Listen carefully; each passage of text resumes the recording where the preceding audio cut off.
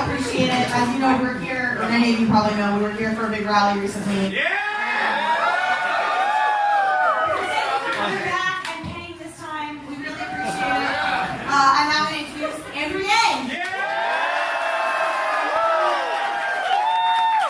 Hello, Los Angeles! Welcome to my modern art installation. I will now stand here in this position for 6 hours. I can't believe you're going to be our president!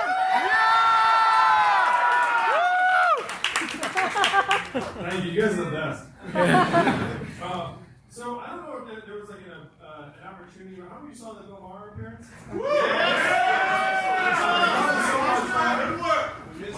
We did Bill Maher. Some of you are watching the NBA Finals. That's cool. Really, I'll catch you later.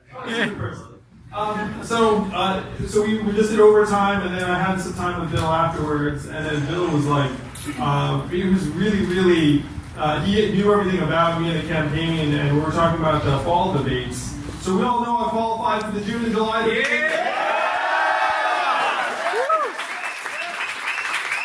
But what you may not know is the DNC put up the requirements for September and October.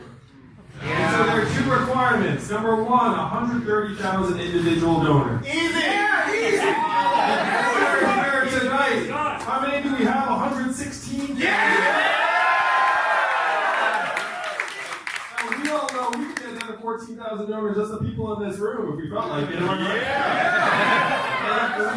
We have like 3 months to do it, but we're going to take much less than that. We're going to get this done the next week or 2. Yeah. And then the second criteria is I need to be polling at 2% or higher in 4 polls between June 28th and Labor Day. Cakewalk. Easy. Right now I'm at 1 to 3% depending upon the poll of the state. And this is before Bill Maher Tonight. This is before The Daily Show. Before New York Times, NBC. Like all the stuff everybody book that's coming up. And then this is before I crush it at the debates. Yeah!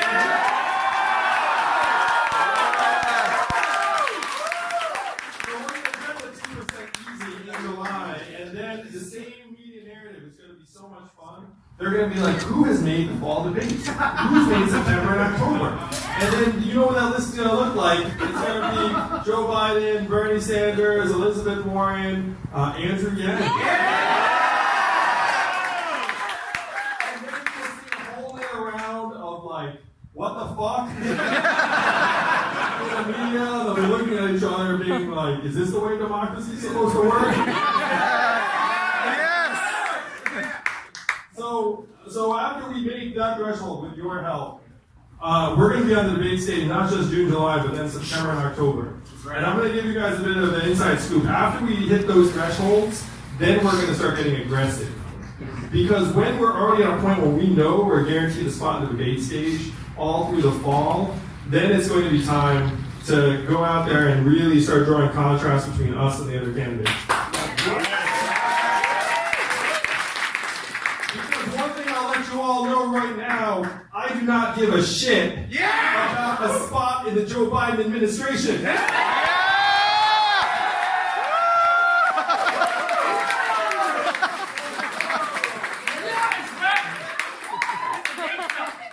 Almost see the other candidates being like, what am I going to do? What am I going to do? Am I just going to go down quietly and meekly and then hope that Joe picks me for a non-shitty cabinet post? Go big or go home, Steve! And we all know from day one that this is going to be a high-variance campaign. We're playing to win, am I right? So you guys will see the seat change. Like after I make the debates in September and October, then all of a sudden, like that Andrew persona is gonna start going up a little bit more. That's right. We're gonna start just saying facts and drawing contrast between us and the other candidates. I like most of the other people running for president, but I do not think most of them should be president. Honestly.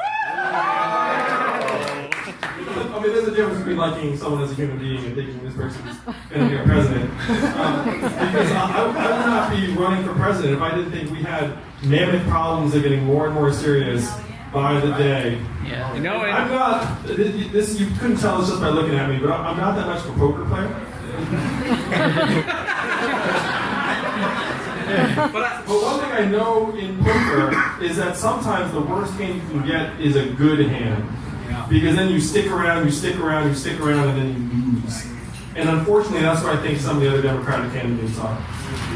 They're like a good hand, and they're going to preside over the continued disintegration of our way of life. And that's what I'm trying to prevent.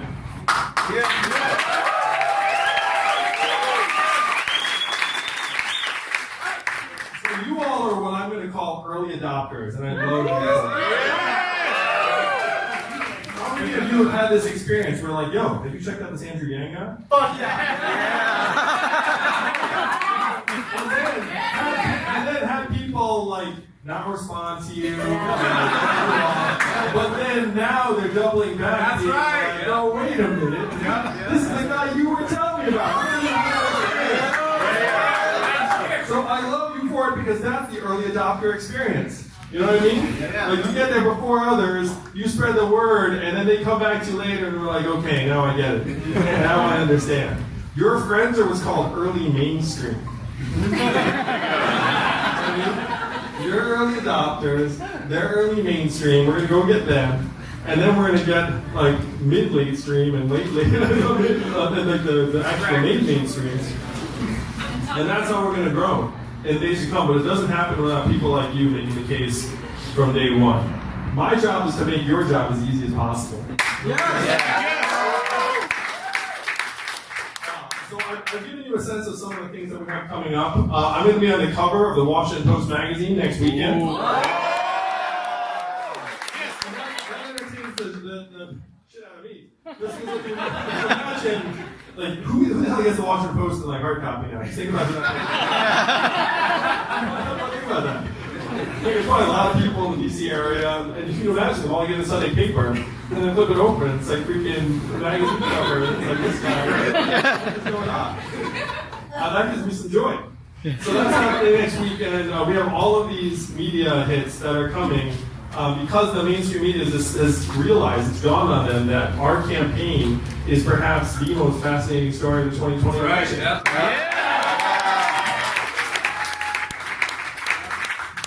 And so that story is going to grow and grow and grow. And I'm going to let you all know, so the way the debate format works is that you get a 30-second close.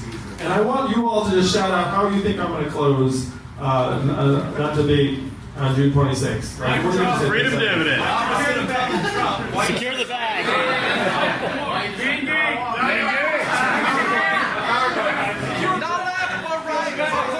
So the two main candidates for my 30-second close, and I gotta say, this debate format is bizarre. So in an ordinary debate, you have a genuine conversation. There's gonna be none of that at this debate. What it's gonna be is it's gonna be the moderator being like, you know, John Hickenlooper, what do you think about this? And John Hickenlooper goes, well, actually, what I want to talk about for 60 seconds is this. They're like, so that's the actual format of the debate.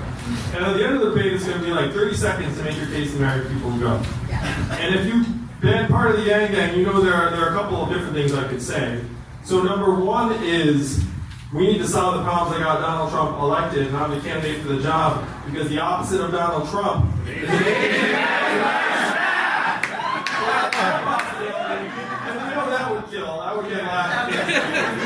And that's this debate is going to be seen by between 11 million and 24 million Americans. So think about the average American right now has no clue who's running for president. It's one reason why Joe Biden's the front runner. Who was the front runner in the Republican field this time in 2015? Jeff Bush. That's right, Jeff with an exclamation point. You guys remember? It was Jeff. Jeff was going to be our next president. And when Donald Trump came down his golden escalator, no one thought, like, ooh, that guy's going to be president. He came in at like 1 or 2%. You guys remember this? Oh, yeah. I thought he was a joke. So, So this field is going to rearrange itself in a very fluid manner in the days and weeks and months to come. The front runners now will not be the front runners 4 months from now. So most Americans are paying no attention to what's going on in 2020, and the first time they're going to tune in, for the most part, is on June 26th. They're going to turn on that TV, there are going to be 10 candidates standing in front of them, and what we all want them to ask is, who's the Asian man standing next to Joe Biden?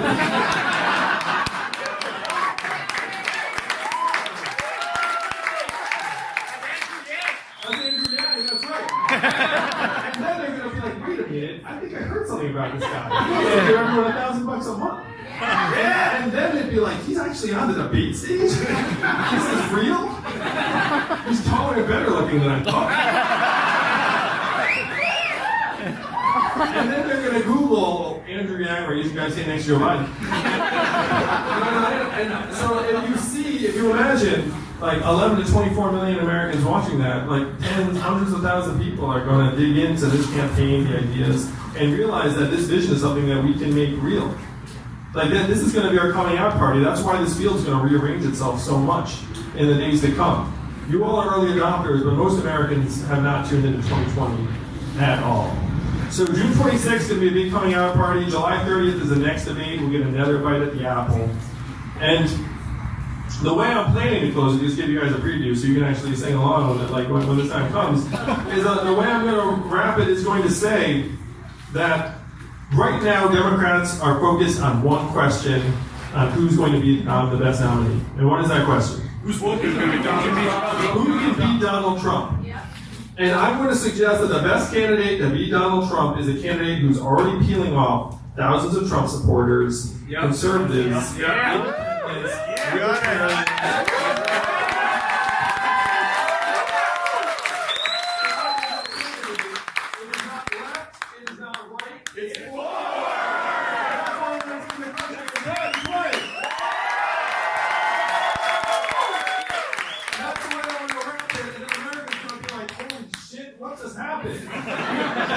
That guy made a Trump ton more sense than these other characters. He's speaking a whole other language. And so that's how we're going to grow. We're going to stay in this field. We're going to make the debates September and October. The field's going to shrink from 23 or 24. It's going to shrink to like 10.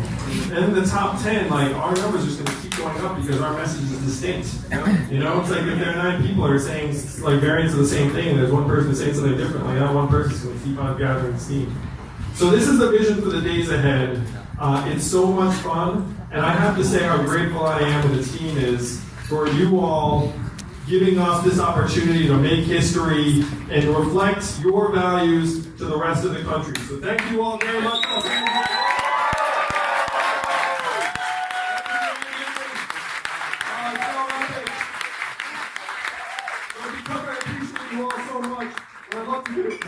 So first, give a shout out to Carly.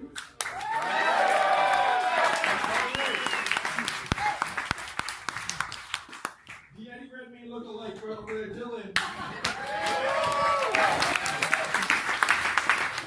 So Phil is actually helping to set up events here in Southern California. So go direct to him if you'd like to host something, particularly if you have a really fancy house and a very nice view. Then you have to talk. And then let's give a round of applause for my campaign manager, handsome Zach Calvin. Real quick. So the deal is, everybody, I promised to get a selfie and get to meet Andrew tonight. That's the important thing. Yeah, we can applause. Great. Really quick, I wanted to just give you a quick story and give you an inside scoop of how this campaign is going from the back end, if you will. So, my first day as campaign manager, I had a team of like 4 or 5 of us, and I blew up a quote and put it on our wall. And that quote was from the New York Times. It said, Andrew Yang is a longer than long shot for the President of the United States. And then about 6 months later, 538 came out with an article, and I put that headline up on the wall. It said, Andrew Yang is a semi-serious contender for the presidency of the United States. And then we just got included like in December, we were just, our name was mentioned in a CNN poll. 0%, we were in the poll. Just made it. And then what happened? Started polling at 1%, and 2%. And then Time does a piece, and Politico does a piece, and New York Times does a piece. And next thing we know, we cracked the top 10 in CNN. Yeah!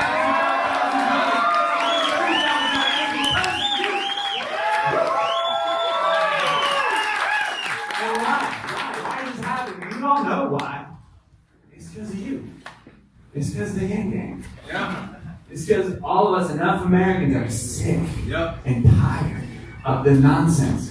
Where some guy, people like the mainstream media, this guy comes up and says, hey, this is happening, and everybody's like, he's crazy, how could he ever win? Just a normal guy saying that. That's how backwards we are, and that's what's going to happen.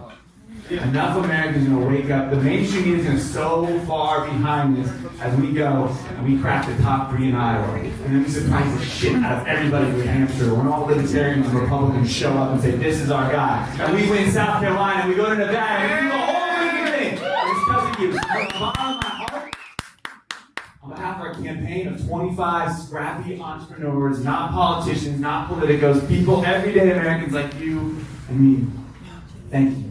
We are working 24/7 every single day to get this guy in the White House. I know you guys are playing your part. So thank you all. We're going to do this thing in 2020.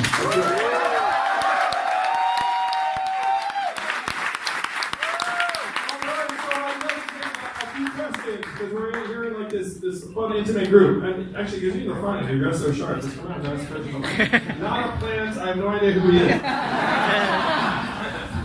Andrew. So, first of all, I love you. But 6 years ago, I was homeless, eating out of a dumpster, out of Trader Joe's. I was born in South America, Paraguay, Asunción. My parents didn't plan out, whatever the case that was, but I love them either way. But I ended up being 8 years illegal, in this country, and today I own a company. I employ 11 people.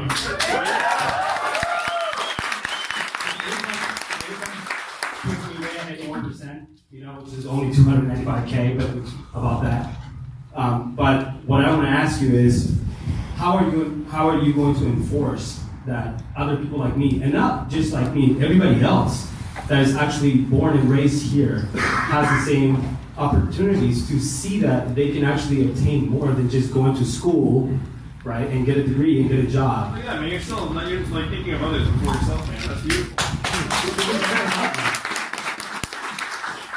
About everybody else, and that's the thing that makes this country so beautiful is the fact that, when you were born in a communist country like I was, and then you come here, and everybody else has an opinion, that's actually beautiful, because if it wasn't for everybody, we wouldn't be here. But then again, it's, I want to see how, we're going to enforce education to make it, to share the dream with a lot more people than just yourself. Give me a hug, man.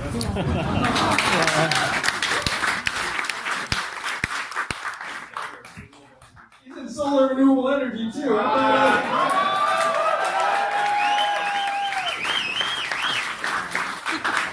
So I'm the son of immigrants, and I think that immigrants make our country much stronger and more dynamic, culturally, economically, and if you look, just like Robert, So just like Robert, about half of the startups in Silicon Valley were founded either by an entrepreneur or the children, or an immigrant or the children of immigrants. And that plays out in communities here in Los Angeles and around the country, where we know that immigrants have much higher rates of business formation. And I worked, as most of you know, for 7 years helping train hundreds of aspiring entrepreneurs around the country to try and give them that sense of agency and power, and that they can realize the American dream. And the statistics are much darker in the opposite direction, where the rates of business formation are at multi-decade lows in 85% of the country. Rates of business formation for young people are at all-time lows, in large part because we're loading them up with school debt and loans. We're saying you have no choice but to go to school. We're going to make school so incredibly expensive that you're going to get crushed by debt. And then when you come out of school, there's going to be a 44% chance you're underemployed in a job that didn't require that degree, and you can't discharge your loans even through personal bankruptcy. So what we're doing is we're selling false promises, packaged in these visions of success through these institutions that are actually not serving human values and goals. Yeah, my college tuition was 3 times more expensive than the U.S. citizen. Actually, Moore Park in Ventura County. It's 3 times more per unit. Wow, that's incredible. So how am I going to afford that? When I can't even afford to live. Yeah, and it's tough for parents too because they feel like they have no choice but to take out these massive loans to send their kids to school to try and ensure their future, not knowing that that might not be the right course of action.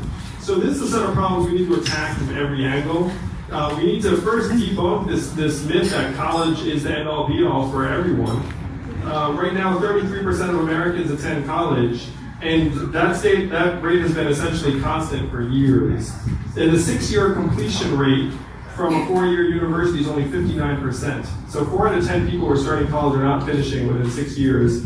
And they're not getting their loans forgiven. It's not like the school's like, what, you get the degree, then it's free. Like that's not the way it goes down. So we need to try and push more people to pursue other courses of training or job opportunities or technical training or apprenticeship or vocational that is not college. We need to destigmatize the trades, and one of the things I say is like those jobs are going to be much harder to automate away than a lot of the jobs that are filled by college grads. It's a lot easier to automate away a basic accounting or bookkeeping job than it is a plumber or electrician. You guys imagine what a robot plumber would take? That's never going to happen. Now, plumbers are like the safest job there is, and it's quite lucrative. And he works with his hands, and he can charge me whatever the hell you make it up. I don't know what the hell. And he's like, hey, today's going to be an expensive kind of day. What a great job that would be. So we have to start selling people. Not say that there are only a couple of paths. We need to tell these colleges, look, why are you so expensive? It's like this is out of control. But most of all, we need to start getting economic resources in people's hands so they can actually start doing the kind of work they want to do. How many of you all would be more likely to start a business or do something creative or entrepreneurial or artistic if you were getting $1,000 a month? You know what I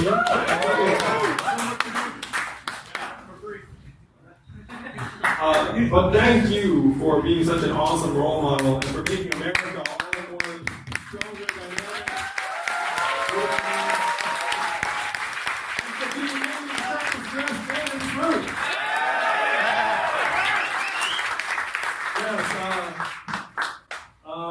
Sure, the front. I'm a sucker for.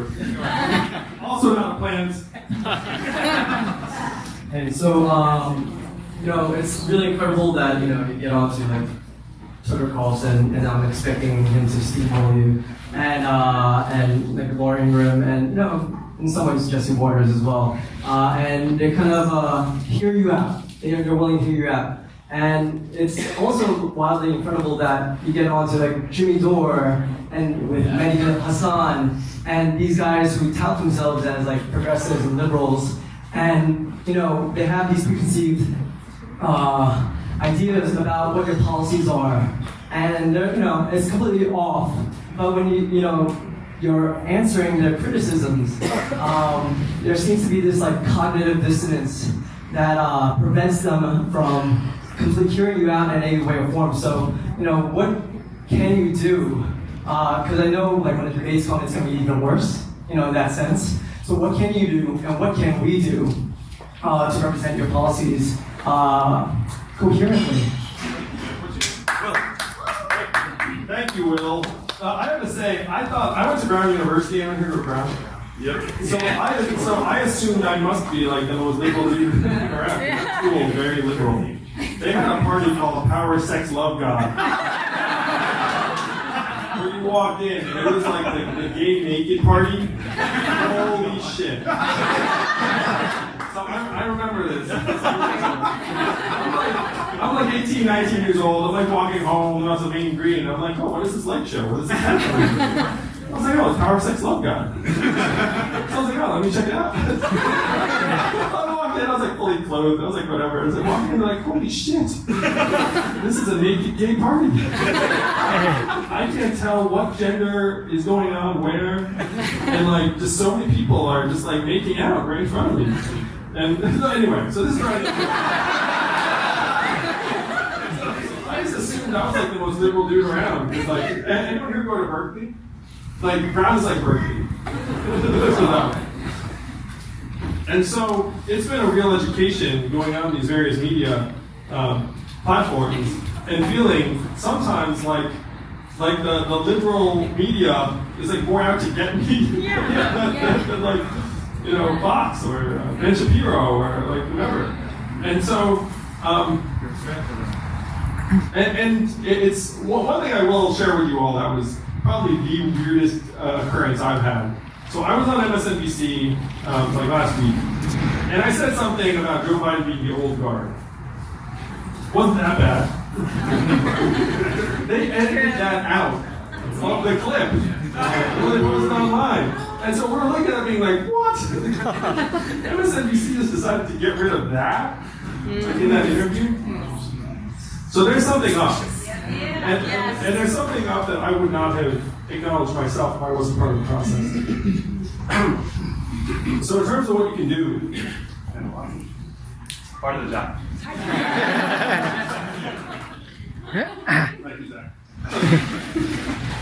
So in terms of what you can do, if you could take your favorite piece of press or interview and just be like, hey, just check this out, like 2 folks, and just try and get them to open their minds. Now, we have a lot of liberal, Democratic, and progressive fans, I'm happy to say. And people respond more to their friends than any other form of media. If you look at the overall ratings, CNN's average ratings in any given night, it's like 500,000 to a million. MSNBC, it's about 600,000. Fox is like 2 million or so, just to give you a sense of like the parameters. But how many of you get most of your news from any of those channels? Raise your hand. It's like a really low proportion of Americans. So how do you get your news? Reddit.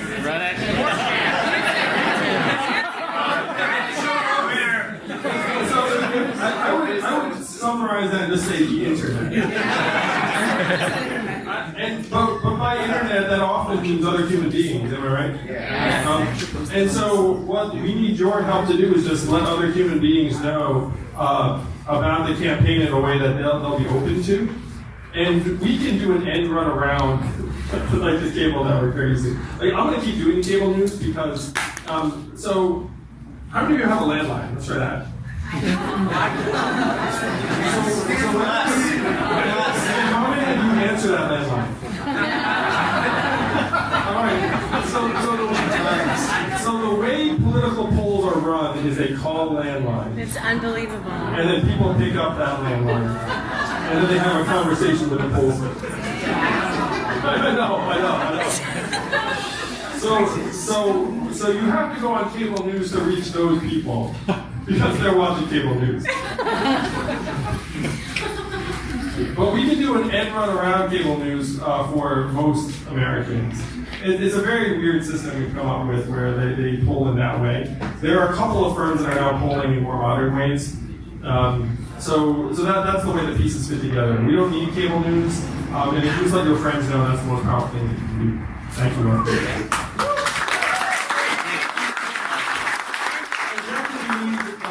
you need a female touch. Come on up.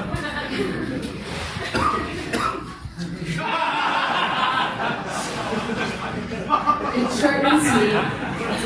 What do you think of the changing abortion laws? I cannot believe that it's 2019 and they are passing laws restricting women's reproductive rights in this way.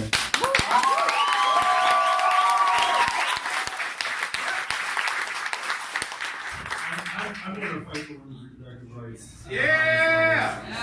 So I'm on the record saying I don't think male legislators should have anything to do with your decisions.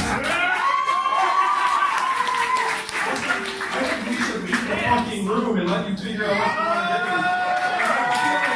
you want to do. I also think that if men got pregnant, we'd have a very different set of rules. So all humor humor aside, there's nothing in the Constitution about the number of Supreme Court justices. So I would. So we have a firestorm going on right now for a couple of reasons. One, we have 9 justices, and two, we have lifetime appointments. So if you have lifetime appointments, it becomes rational to freak out if an 85-year-old gets a cold. Usually like, oh my gosh, if something happens to her, like the law of the land could change. And like, what modern society functions that way? Where it's actually rational for us to like follow Ruth Bader Ginsburg around with like, freaking like, you know, like germ wipes. You know?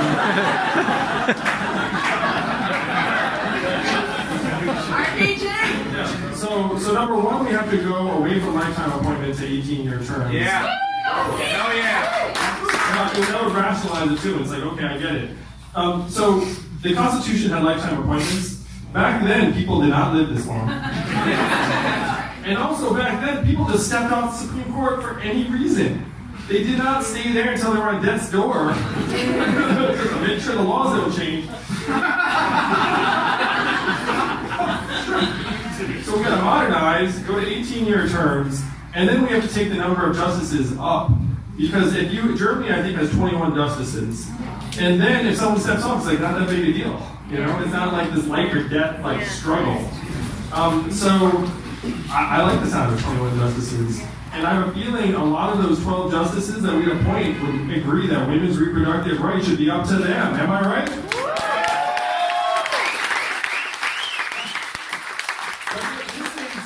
This to me is something that it's unfathomable that in 2019 states are literally trying to take us back to a point where women can't get abortions legally in those states, and I'm going to fight it every step of the way.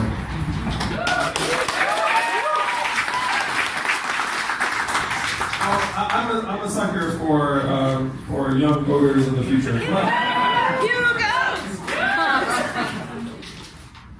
What are you going to do what laws, or how are you going to replace Donald Trump's immigration laws that were? So there are things that we can do immediately through executive orders and just like enforcement. So similar to the Obama era enforcement around Dreamers, so you can say, look, turns out we're not actually going to be looking to deport people who, were born here and have various legal classifications. So that I'm happy to say we can do very, very quickly. And then the hope is that you can get some bipartisan legislation around a path to citizenship for people who are here and undocumented in this country. Now that's a very big, heavy lift. But there was bipartisan support for that, with Marco Rubio leading the way a number of years ago before he lost his spine.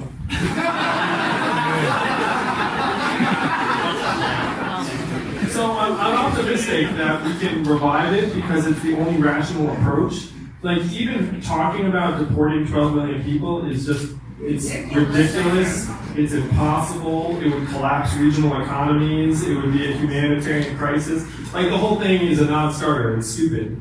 And so we should start owning the reality. It's like, okay, the only rational thing to do is to try and create a long-term path to citizenship for people who are here. And that's something I believe I can get done as president.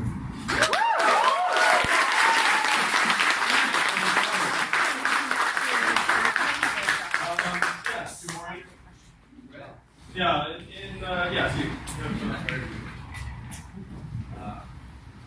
First, my name's Christian. I just want to first of all thank you. I basically said when I first found out about you, wow, this guy's living the exact life I want to live. He sounds entrepreneur, exits early in his career, takes his resources, but he doesn't just go off live on the yacht. He takes resources, reinvests, helps for entrepreneurship and opportunities in communities where opportunities are historically lesser. So I just want to thank you for that first. Thank you, man.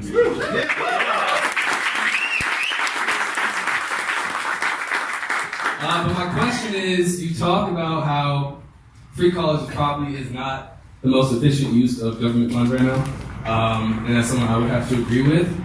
But how do you expect to spur people to go to those blue-collar jobs if that's not something that they're currently headed to right now? Sure.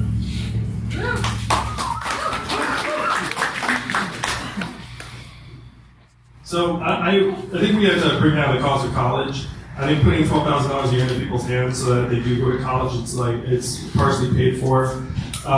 the main reason why people aren't going into these blue-collar jobs is because they're not being presented a pathway in junior high and high school. So only 6% of American high school students are in technical or vocational or apprenticeship programs. In Germany, that percentage is 59%. Think about that goal, 6% versus 59%. So what do we think should be here in the US? Probably something between 6 and 59%. So if it was an option in these high schools, then more kids would do it. And they'd find, hey, I like working with my hands. Like, I like fixing stuff. Like, this will pay me like $17 an hour. Like, I don't like college anyway. Like, so if you know, the trick is in these high schools, it's not easy to create a technical or vocational apprenticeship track because a lot of times you actually need a garage, you need tools, you need trainers. It's easier just to get like a school teacher. No offense, the teachers are very important and very, very skilled. Thank you. But so it's not an easy thing just to be like, hey, now we're going to have this like mechanics program or whatever the heck you're going to build. But if you create those options for people at the junior high and high school level, then more people will gravitate towards it. Thank you.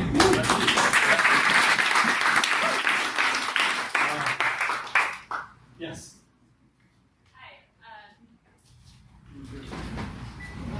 Thank you first and foremost.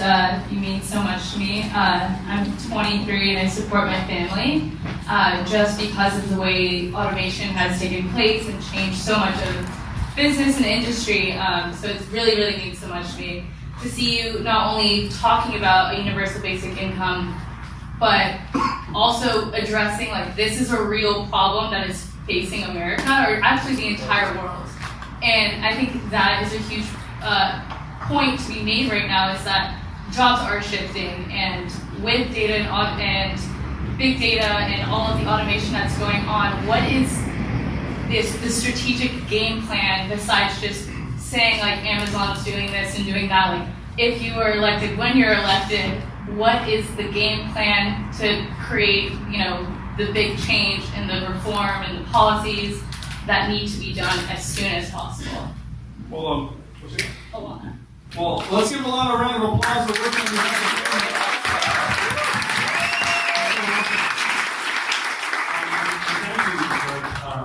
Thank you for saying I mean a lot to you. You mean a lot to me too. Give me a hug.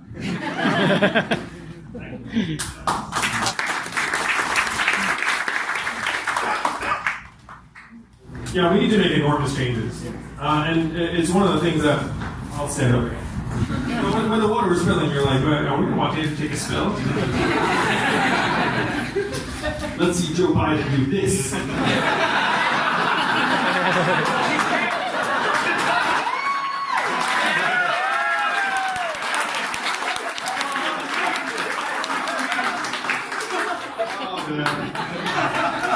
I can't wait to take the knives out in July.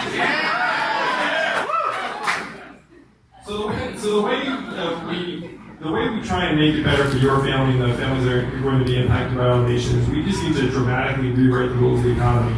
And this is one reason why I'm in such a different place than the other candidates. Is the other candidates think that our current economy, if you just curb corporate abuse here and like change the tax code there and like turn this dial, that it's more or less going to be okay. I do not think that at all. I think we're in the midst of the greatest transformation in the history of our country, and it's about to accelerate. And the goalposts are moving, and then going around saying we're going to educate and retrain people will not work for the vast majority of people. It's like holding on to fantasies that have not been accurate for decades. So if you take that as your premise, which is where I am, and that the rate of change is speeding up, I just talked to, I guess I can say it's not. So Jack Dorsey of Twitter and Square just now just became part of the Yang Gang. So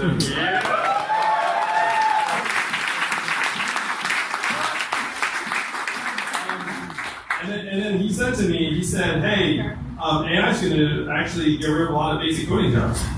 And it's like, and like how many politicians are talking about that? You know what I mean? And so if you believe that that's where we are, then it's like, wow, we got to like actually just make bigger moves and just put economic resources in people's hands, and then have people be able to create paths for themselves, like your family and other families, like as quickly as possible.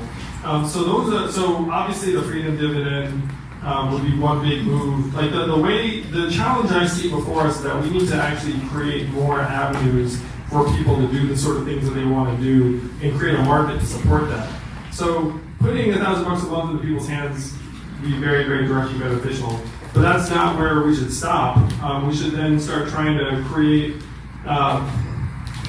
more robust means of support for arts, creativity, journalism, entrepreneurship, caregiving, and then create a new way to both measure and reward people who contribute to our society's progress. It's actually an evolution of our economic measurements.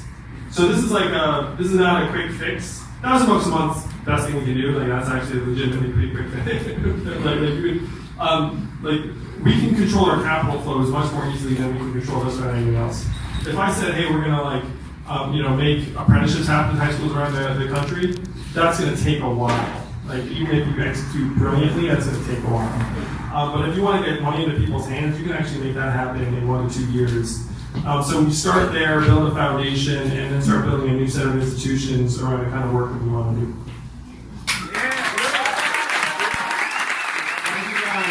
One last question. My friend there is the patient. Come on up, brother. You go, it's all yours. Yeah, I'm Scott. My question to you is, if you ask most people what they think of Donald Trump, they'll tell you he's dumb, he's ignorant, he's stupid. They call him a lot of names. But you gotta realize he's a man who'll be 60 and 70 and very talented politicians. Took over the Republican Party, while them to go completely 180 degrees against everything that they stood for. Yeah. So I think most liberals seriously underestimate him. I mean, what do you think of him and how would you handle it? Thank you.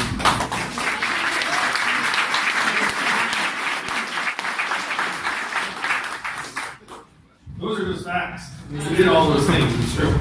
So you probably heard, we've been joking about what Donald Trump's nickname for me is going to be. Yeah. We came up with Comrade Yang. Because it's like a little racist.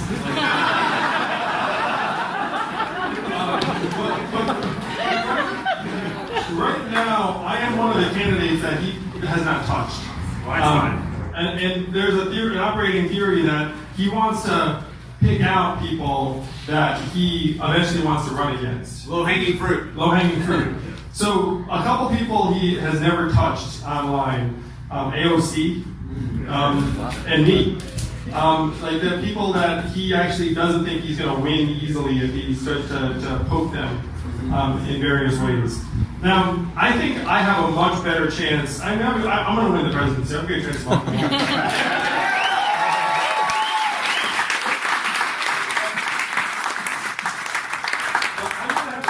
Time beating Donald Trump when I am the nominee than I am beating the other 23 candidates. I mean, I'm going to do that too. But that's going to be the hard part. It's like I'm going to do the hard part first, and then the easier part, like as a nominee. Now, that's not to say that I think Donald Trump's not a formidable opponent, because he is. He's like an avatar of a particular cultural moment. He's like, you know what I mean? He's like some kind of like strange, like, like radioactive, like media creation, like conjured up in like a McDonald's lab or something. But it is formidable, and it certainly put to shame like the Jebs and like the other politicians who are like, he's so divisive. It's like, fuck you. So he's like a much more significant cultural force than the other Republicans. And so my challenge in many ways is to become like a different cultural force myself, like a different, like sort of his nemesis. And he called out at a particular point. He said he can't wait to run against other Democrats. The one thing he worries about is that some new person comes out of nowhere that no one's ever heard of. He's like, that's the only thing that keeps me up at night. And dozens of people emailed me that day and were like, he's talking about you.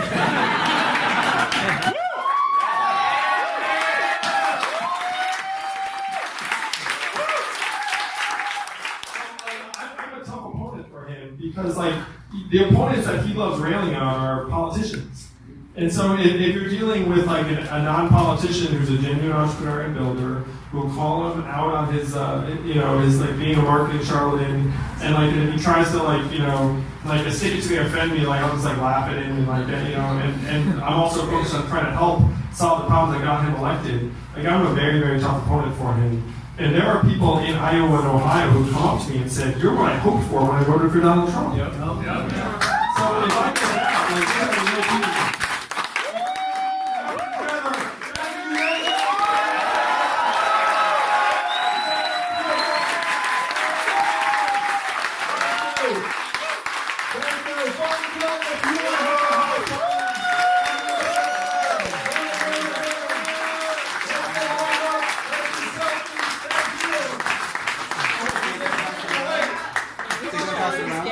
Elaine's going to talk about how to get involved with LA Yang Gang, and then we'll form a line here. What do you think, Zach?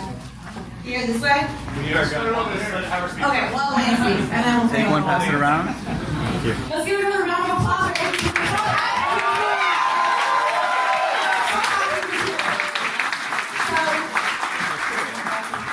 What's up, Los Angeles, Southern California? So my name is Elaine Way and Margot Pauseng. We are with the Southern California Yang Gang. SoCal Yang Gang. We want to go out locally and be a part of the Yang Gang that's right in your backyard. Please get involved and find us on Facebook, Twitter, and Instagram. So we're going to be circulating, so feel free to ask us questions. We have cards right here. But also, if you have a venue or you want to host a fundraiser, just host anything, we want the help. Please join us at that Yang Gang. Thank you very much.